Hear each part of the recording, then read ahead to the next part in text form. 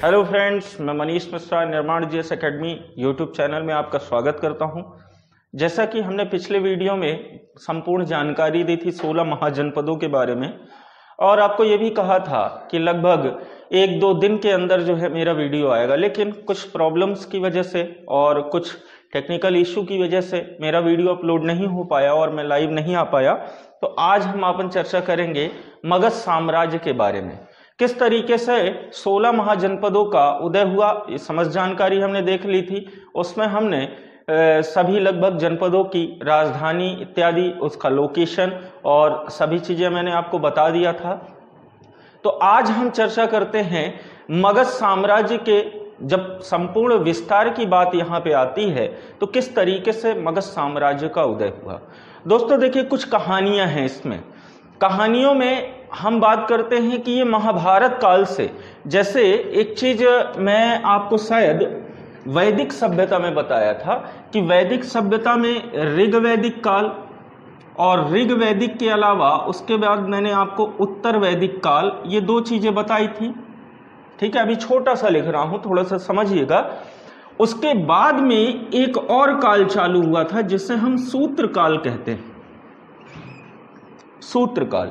इसी सूत्र काल के दौरान महाभारत जैसे महाकाव्य ग्रंथ की रचना हुई थी। और आपको पता है कि विश्व का सबसे बड़ा जो महाकाव्य है वो किसे कहते हैं अपन? महाभारत को।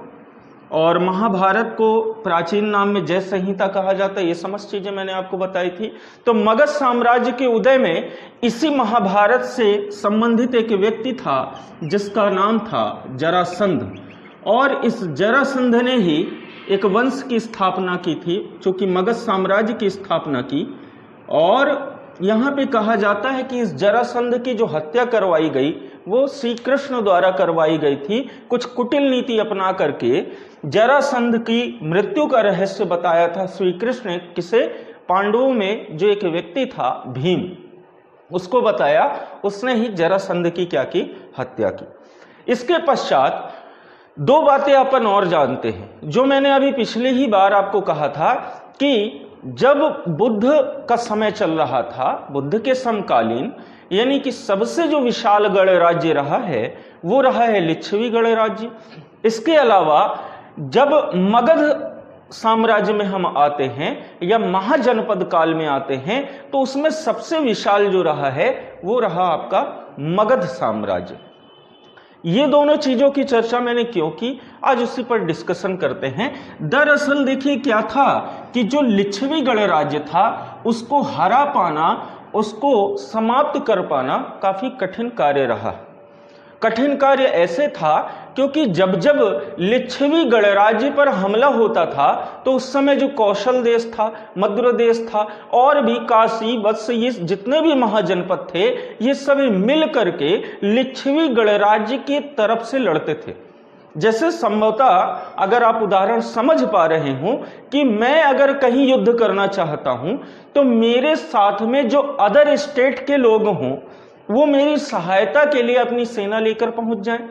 बस इसी तरह लिच्छवी गणराज्य को हरा पाना बड़ा ही मुश्किल कार्य था, बड़ा ही कठिन कार्य था। अब यहां पे जो मगध साम्राज्य के विशाल होने का कारण कहा जाता है, अजातशत्रु के समय से ही मगध साम्राज्य विकसित हुआ, पूरा संपूर्ण उसका उदय होता है। लेकिन अजातशत्रु था कौन? अजातशत्रु दरअसल बिंबिसार का पुत्र था और बिंबिसार को हर्यक वंश का वास्तविक संस्थापक कहा जाता है। जैसे मैं कह रहा हूं कि जो मगध साम्राज्य रहा है,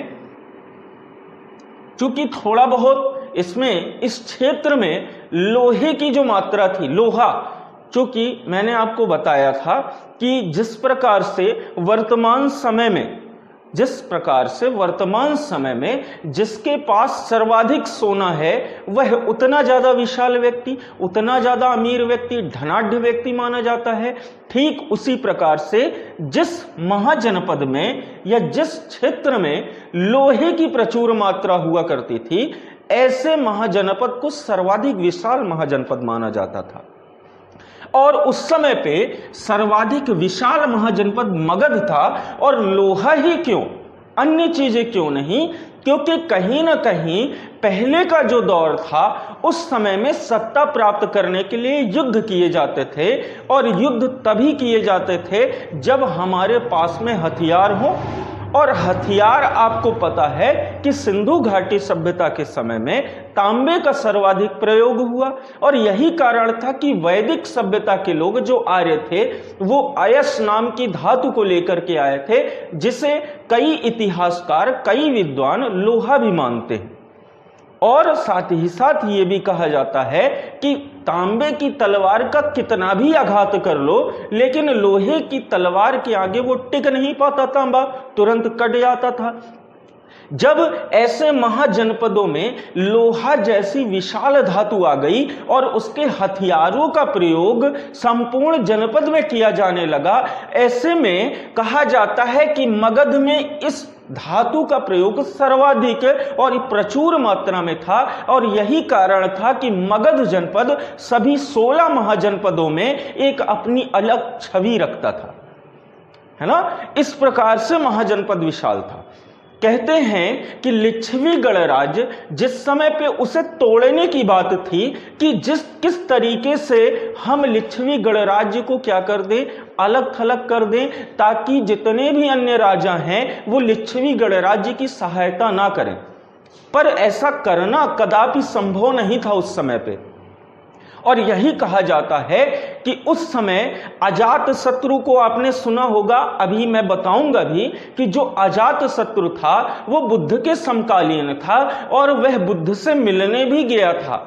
और किस वजह से? क्योंकि बुद्ध त्रिकालदर्शी थे, बुद्ध सर्वज्ञ थे, समस्त चीजें जानते थे, और ऐसा कहा जाता है कि लिच्छवी गणराज्य को तो हराया नहीं जा सकता था, परंतु अजात शत्रु जब भगवान बुद्ध के पास पहुंचता है और भगवान बुद्ध से पूछता है कि मैं लिच्छवी गणराज्य से युद्ध करना चाहता हूं और उसे हराना चाहता हूं, तो बुद्ध ने एक बड़ा ही सहज उत्तर दिया कि जैसा तुम सोच रहे हो वैसा करना संभव नहीं है, परंतु नियति को जो मंजूर है वो तो होकर रहेगा, और जाओ तुम युद्ध करो, निश्चित रूप से जीत तुम्हारी होगी।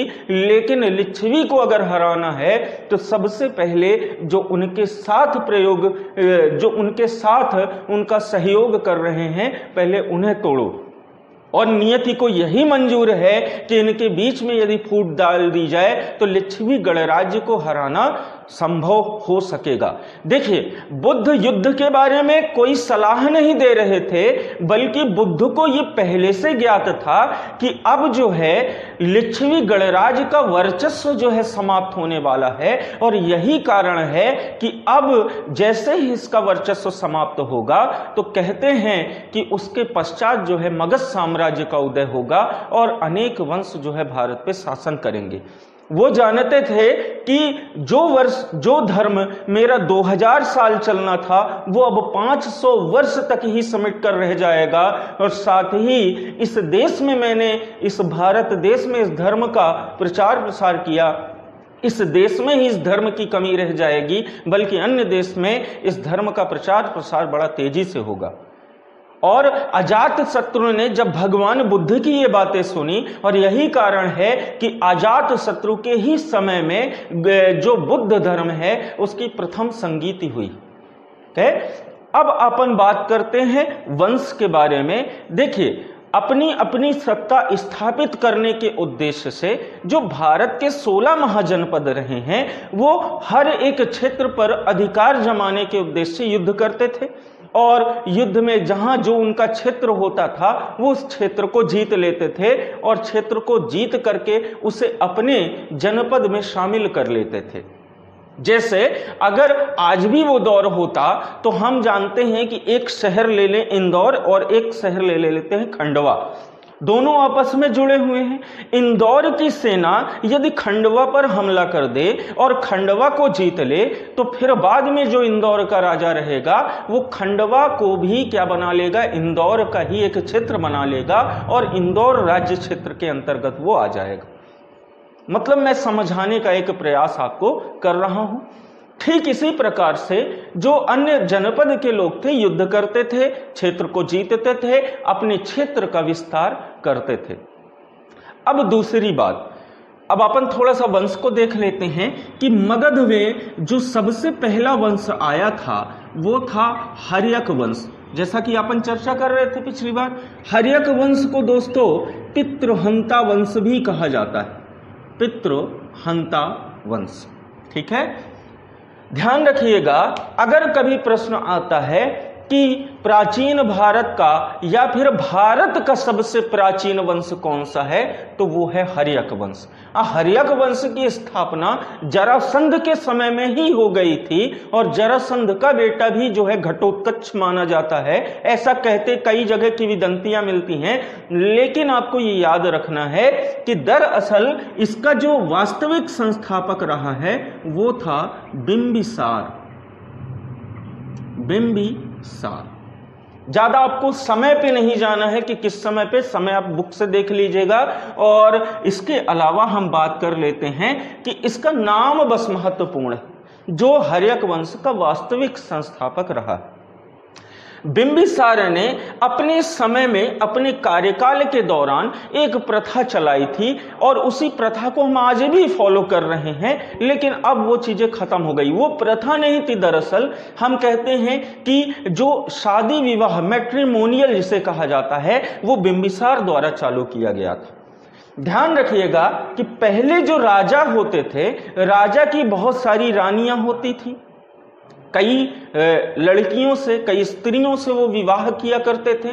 और मैंने संभवतः आपको वैदिक सभ्यता या सिंधु सभ्यता में बताया होगा, मुझे अभी ध्यान नहीं आ रहा, शायद वैदिक सभ्यता है, कि पुरुषों को महिलाओं का संरक्षक बताया गया है। इस आधार पर लोग उस समय पे बहुविवाह करते थे, एक से अधिक विवाह। लेकिन यहाँ पर बिंबिसार या अन्य जो राजा हुआ करते थे वो विवाह इसलिए किया करते थे ताकि दहेज के रूप में उन्हें क्या मिल जाए, उन राज्य का क्षेत्र मिल जाए, और क्षेत्र मिलने के अलावा वो अपने साम्राज्य का विस्तार कर सके। कुछ कारण दूसरा ये भी है, पहला तो साम्राज्य विस्तार और दहेज के कारण जो है वो कई सारे विवाह किया करते थे कि दहेज के रूप में उन्हें क्षेत्र मिल जाए। दूसरा ये कारण माना जा सकता है, मानते हैं अपन और माना भी जा सकता है, इतिहासकार कहते हैं दोस्तों, इतिहासकार इस बात को प्रमाणित करते हैं कि कभी कभी जो राजवंश जो है ज्यादा मजबूत होता था, ज्यादा शक्तिशाली होता था, तो कमजोर वाला क्या होता था कि कुछ रणनीति अपना के आपस में कुछ ऐसे संबंध स्थापित कर लेते थे जिससे मजबूत वाला गणराज्य जो हो वो छोटे गणराज्य पर कभी हमला ना करे। और वो कैसे संबंध हुआ करते थे, वो कैसे होते थे? विवाह के माध्यम से, क्योंकि विवाह के माध्यम से जो संबंध स्थापित हो जाता था, तो जो कि परिवार हो गए, और जब परिवार हो गए तो वो कभी भी युद्ध नहीं करते थे एक दूसरे के रिलेशनशिप में। और बल्कि ऐसा कहा जाता है कि जब मजबूत गणराज्य पर अन्य कोई गणराज्य हमला करता था तो ये जो कमजोर वाला होता था वो उस मजबूत गणराज्य जहां उसने वैवाहिक संबंध स्थापित किया है तो वहां से वो उसके सपोर्ट में आ जाता था। कहते हैं कि बिंबिसार की जो रानियां थीं वो लगभग 500 रानियां थीं, 500 रानियां थीं। लेकिन कुछ इतिहासकार कहते हैं कि ये अति संयोक्ति है। अति संयोक्ति मतलब बढ़ा चढ़ाकर वर्णन किया गया है। आप हिंदी में जब अलंकार से पढ़ाएंगे आपको तो अति संयोक्ति अलंकार भी आप पढ़ोगे, तो बढ़ा चढ़ाकर वर्णन किया है। मुख्य रूप से केवल 3 ही इसकी रानियां प्रमुख समझ में आती हैं, जैसे कि एक चेलना जो कि राजा चेटक, लिच्छवी गणराज्य के जो राजा चेटक थे उनकी बहन त्रिशला थी जो महावीर स्वामी की माता थी। लेकिन जो उनकी बेटी थी वो कौन थी? तो अगर हम देखें तो वो चेलना थी, चेलना से विवाह किया था। इसके अलावा एक महाकोसला से विवाह किया था, मध्य प्रदेश की राजधानी महाकोसला, और एक क्षेमा से विवाह किया था इसने। यानी कि 3 रानियों के नाम मिलते हैं, और तीनों रानियों में चूंकि केवल नाम आपको सुन लेना है, एग्जाम में कभी ऐसा प्रश्न नहीं आता, अपन केवल कहानी देख रहे हैं। चूंकि उस समय लिच्छवी गणराज्य में एक राजा था प्रसेनजित, और प्रसेनजित के बारे में कहा जाता है कि प्रसेनजित और इनका, चूंकि प्रसेनजित की जो बेटी थी उसका विवाह बिंबिसार के साथ हुआ था, तो दोनों में वैवाहिक संबंध स्थापित हो गया, दोनों आपस में मित्र हो गए। परंतु कहते हैं कि बिंबिसार के जो पुत्र थे वो 100 पुत्र थे। उन 100 पुत्र में एक पुत्र का नाम मिलता है अजात शत्रु। दोस्तों, विवाह इतने करते थे और इनके पुत्र बहुत सारे हुआ करते थे, लेकिन आप कैसे कहें कि ये इनका वास्तविक पुत्र है? तो अजात शत्रु, प्रत्येक व्यक्ति को अपनी माता से पता चलता था कि उसका पिता कौन है, और बिंबिसार का जो बेटा था वो कौन था? आपका अजात शत्रु रहा। अजात शत्रु, अजात शत्रु आपको पता है कि अजात शत्रु किसे कहते हैं? अजात शत्रु, जिसका कोई शत्रु न हो वही अजात शत्रु है। लेकिन बड़ा भ्रम है कि अजात शत्रु के सर्वाधिक शत्रु रहे, ऐसा इतिहासकार कहते हैं। यानी इसका अर्थ तो है कि जिसका कोई शत्रु न हो, लेकिन अजात शत्रु के सर्वाधिक शत्रु रहे हैं। और इसने अपने पिता बिंबिसार की हत्या कर दी थी। अपने पिता बिंबिसार की हत्या की पितृहंता मैंने क्यों लिखा? इसी कारण से, क्योंकि इस वंश में जितने भी व्यक्ति राजा बने हैं उन्होंने अपने पिता की हत्या करके इस गद्दी को, इस सत्ता को प्राप्त किया। तो इसने अपने पिता बिंबिसार की हत्या की और गद्दी को प्राप्त किया और घोषणा करवा दी कि जो भी अपने आप को बिंबिसार का पुत्र मानता है वो आकर मुझसे युद्ध करे और मेरी सत्ता को छीन ले। अब जैसे 100 पुत्र की बात की, इसने प्रमाणित किया कि मैं बिंबिसार का पुत्र हूं, बिंबिसार को मारकर मैंने गद्दी प्राप्त की है। अब कोई भी व्यक्ति जो क्या करना चाहता है, मेरे स्थान पर राजा बनना चाहता है, किसी के अंदर अगर दम है तो मुझसे युद्ध करे। जो ऐसा मानता है कि मैं भी बिंबिसार का पुत्र हूं, राजगद्दी मुझे मिलनी चाहिए, तो आकर मुझसे युद्ध करे। लेकिन अजात शत्रु से लोग डरते थे। मैंने आपको बताया था कि अजात शत्रु का अगर प्रेम भी है, एक प्रेम हुआ था इससे, एक लड़की से, जिसका जो वैशाली की नगर वधु थी, आम्रपाली। एक कहानी मैंने आपको बताई थी, बुद्ध के समय में आम्रपाली से इसको बहुत प्रेम था और आम्रपाली प्रतिदिन जो है इसके पास आया करती थी शाम के वक्त में। और इस आम्रपाली को लाने वाला एक व्यक्ति था और उस व्यक्ति का नाम मुझे याद नहीं है क्या था। वो व्यक्ति उसका सारथी था जो जिस रथ में उसको लेके आता था। और गड़बड़ तो यहां हो गई कि जब प्रेम हो गया किसे, आम्रपाली को, अजात शत्रु आम्रपाली को प्रेम करता था, आम्रपाली को प्रेम हो गया उस सारथी से। ऐसी ऐसी कहानी मानी जाती। अब इसी के समय में लिच्छवी गणराज्य के जो राजा प्रसेनजित थे, तो प्रसेनजित को, अब चूंकि इसने बिंबिसार की हत्या कर दी, अब प्रसेनजित और बिंबिसार दोनों आपस में ससुर दामाद थे। जब हत्या हो गई, प्रसेनजित चिढ़ गया किससे? अजात शत्रु से। अब जब चिढ़ गया तो प्रसेनजित ने जो है अजात शत्रु को समझाया कि तुमने ये गलत किया है। तो अजात शत्रु तभी गया था किसके पास? बुद्ध के पास, लिच्छवी गणराज्य को हराने के उद्देश्य से। और यही हुआ कि गौतम बुद्ध ने ऐसी भविष्यवाणी कर दी और फाइनली अजात शत्रु अपनी सेना लेकर के प्रसेनजित को हरा देता है और उसकी बेटी से क्या कर लेता है? विवाह कर लेता है। ठीक है, तो इस तरीके से कई राजा की कई बेटियां हुआ करती थी, कई बेटे भी हुआ करते थे, तो आप कंफ्यूज मत होइएगा। तो इस तरीके से इसने लिच्छवी गणराज्य को भी जीता और इसी के समय से मगध का सर्वाधिक विस्तार होना प्रारंभ हो जाता है। अब हम बात कर लेते हैं कि अजात शत्रु ने गौतम बुद्ध के बौद्ध धर्म की प्रथम संगीति भी बैठाई थी। ठीक है, जैसी करनी वैसी भरनी, ये भी आप जानते हैं कथन, क्योंकि इतिहास हमेशा जो चीज बीत चुका होता उसे एक बार फिर दोहराता है। जिसके साथ आप जैसा करोगे आपके साथ भी वैसा होगा, ये बिल्कुल सत्य है। और यही हुआ कि अजात शत्रु का जो बेटा था जिसका नाम था उदयन, गंगा और सोन नदी के तट पर मगध साम्राज्य की स्थापना हुई थी। आपको पता है मगध महाजनपद कहाँ था, और उस समय राजधानी भी मैंने आपको बताई थी गिरिब्रज। गिरिब्रज या उसी की राजधानी को हम राजगृह भी कहते हैं। और अजातशत्रु का जो बेटा था उदयन, उदयन ने भी वही किया जो अजातशत्रु ने अपने पिता के साथ किया था। मौका देख करके उदयन ने अजातशत्रु की क्या कर दी, हत्या कर दी और राजगद्दी को प्राप्त किया। दोस्तों इसने जो जब युद्ध किया था अजातशत्रु ने, एक चीज मैं भूल गया लेकिन अभी बता दे रहा हूं कि अजातशत्रु ने 2 प्रकार के हथियारों का प्रयोग किया था। एक था आपका रथमूसर और एक था महाशिला कंटक। बाहुबली मूवी में आपने देखा होगा कि जो बाहुबली का भाई था, जो वज्र जैसे जो है गदा जैसे महाशिला कंटक नाम के एक हथियार को लिया था, वही दरअसल क्या था, महाशिला कंटक था। मतलब एक गदा टाइप का था, ऐसे मुठिया थी उसमें और अंदर से जंजीर लगी होती थी, वो महाशिला कंटक कहलाता था। उसी को अपन महाशिला कंटक कहते थे, जिसका प्रयोग अगर आप देखना चाहते हैं तो बाहुबली मूवी में आप देख सकते हैं।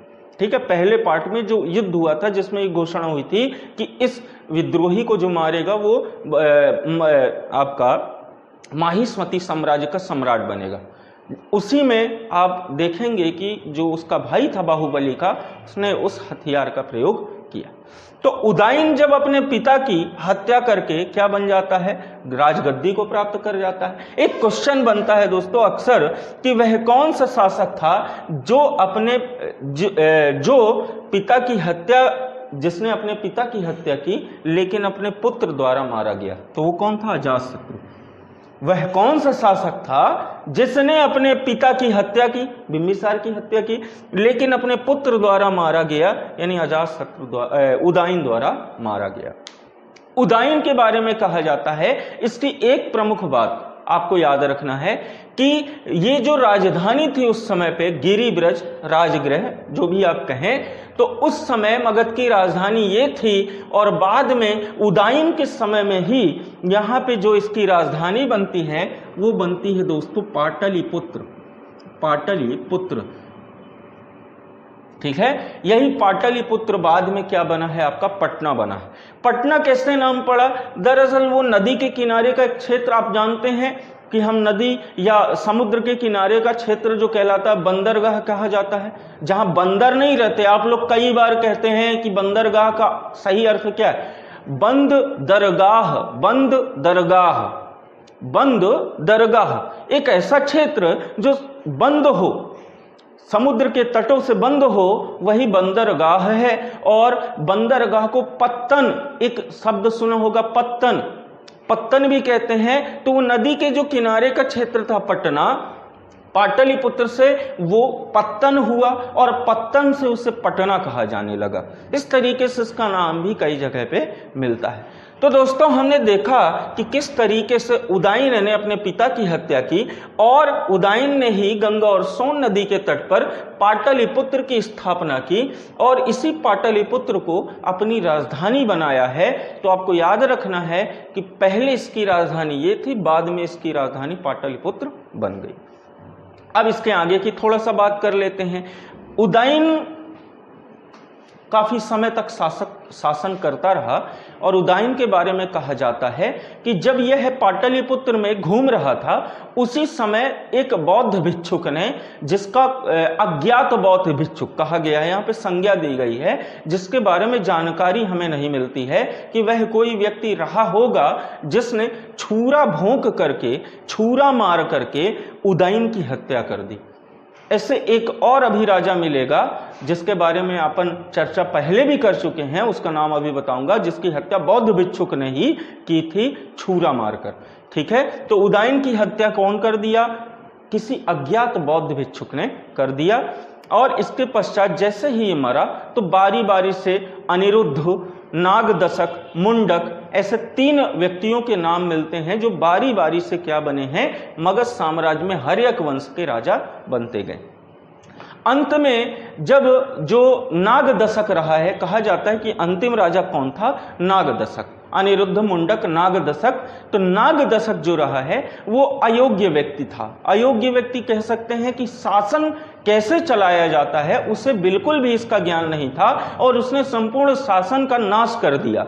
नाश कैसे कर दिया, मतलब अनेक प्रकार की पॉलिसी लाकर, अनेक प्रकार के नियमों को ला करके, और यही कारण था कि जब उसने अपनी अयोग्यता को दिखाया तो जनता ने देखा कि इससे शासन नहीं हो पाएगा, तो उसने एक श्रेष्ठ अमात्य को नया राजा अपना घोषित किया, और उस व्यक्ति का नाम था शिशुनाग। उस व्यक्ति का क्या नाम था, शिशुनाग। और इस शिशुनाग ने इस हर्यक वंश को समाप्त कर अपने ही नाम से एक नए वंश की स्थापना की, और उस वंश का नाम था शिशुनाग वंश। तो दोस्तों, इस तरीके से हर्यक वंश समाप्त हुआ, और अब आ जाते हैं अपन किसके बारे में, शिशुनाग वंश के बारे में।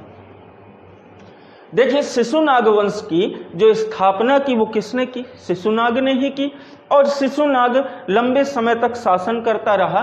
कुछ इतिहासकार कहते हैं कि जो शिशुनाग था, अमात्य था, वह योग्य नहीं था, अपने शासन को चला पाने के लिए उतना योग्य नहीं था। लेकिन शिशुनाग की जब हत्या हो गई, उसकी मृत्यु के पश्चात शिशुनाग का ही एक बेटा था जिसके बारे में अपन ने चर्चा की थी, वो था कौन, कालाशोक। इसे ही क्या कहते थे, काकवर्ण कहते थे।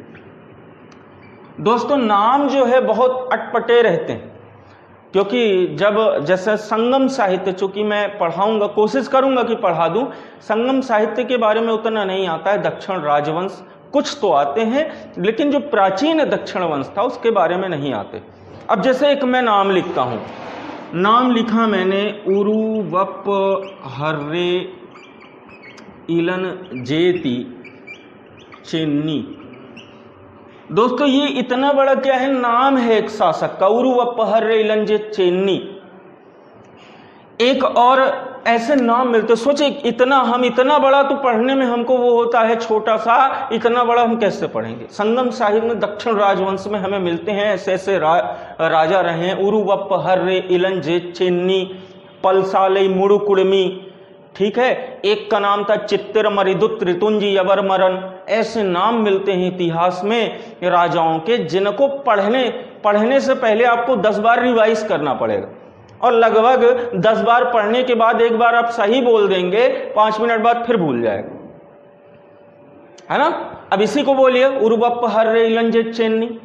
एक और है पलसाले मुड़ुकुटमी।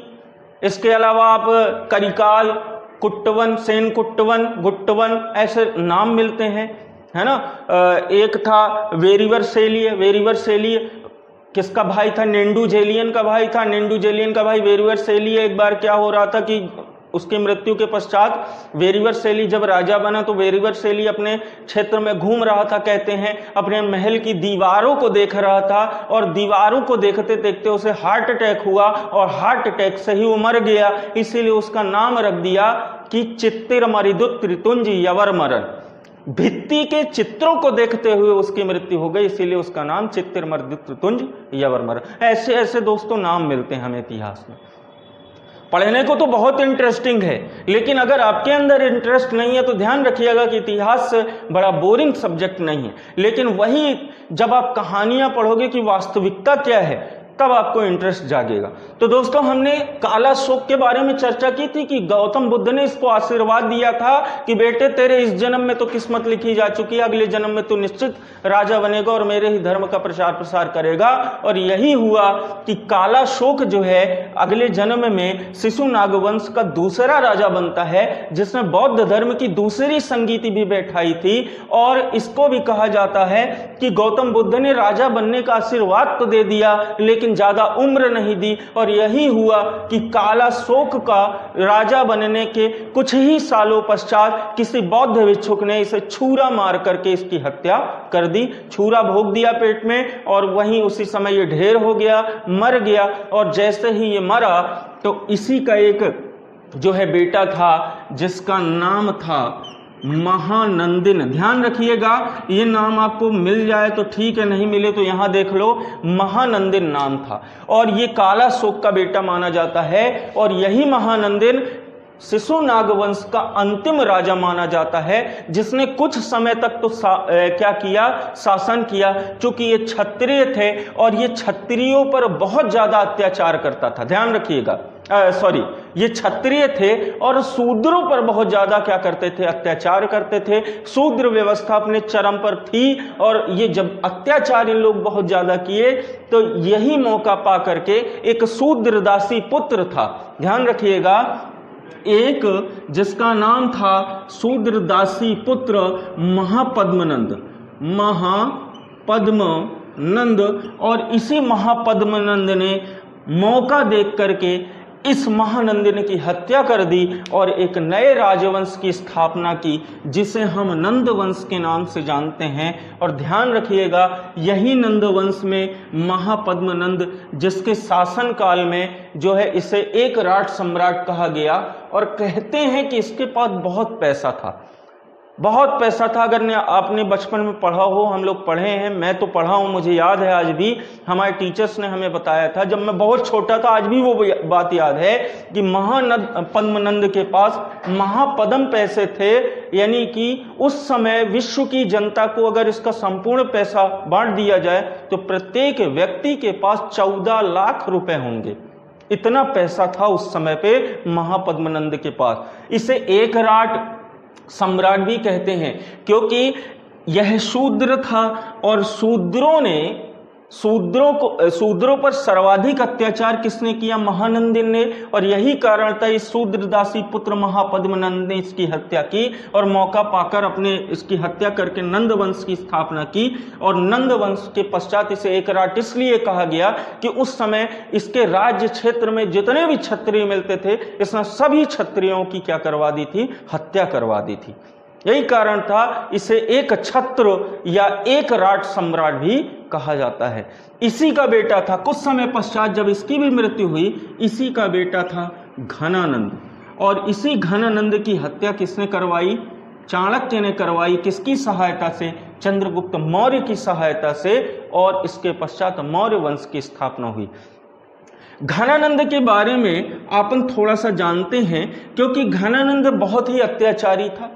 और इसके अलावा इसी के शासन काल में सिकंदर का भारत में क्या होता है, आक्रमण होता है। लेकिन सिकंदर भारत पर आक्रमण करना तो चाहता था लेकिन कभी कर नहीं पाया। उसकी कहानी तो अपन अगले वीडियो में देख लेंगे सिकंदर के बारे में। अब घनानंद का अत्याचार सुनिए। जैसे ही ये राजा बना, चूंकि पैसा महापद्मनंद के पास सबसे ज्यादा, और इसके पश्चात जब ये मरा तो घनानंद राजा बना।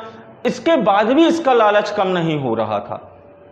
लालच कैसे कम नहीं हो रहा था, दिन भर, क्योंकि एक व्यक्ति के पास जब बहुत पैसा हो जाता है तो उसके बेटे भोग विलासी प्रवृत्ति के हो जाते हैं।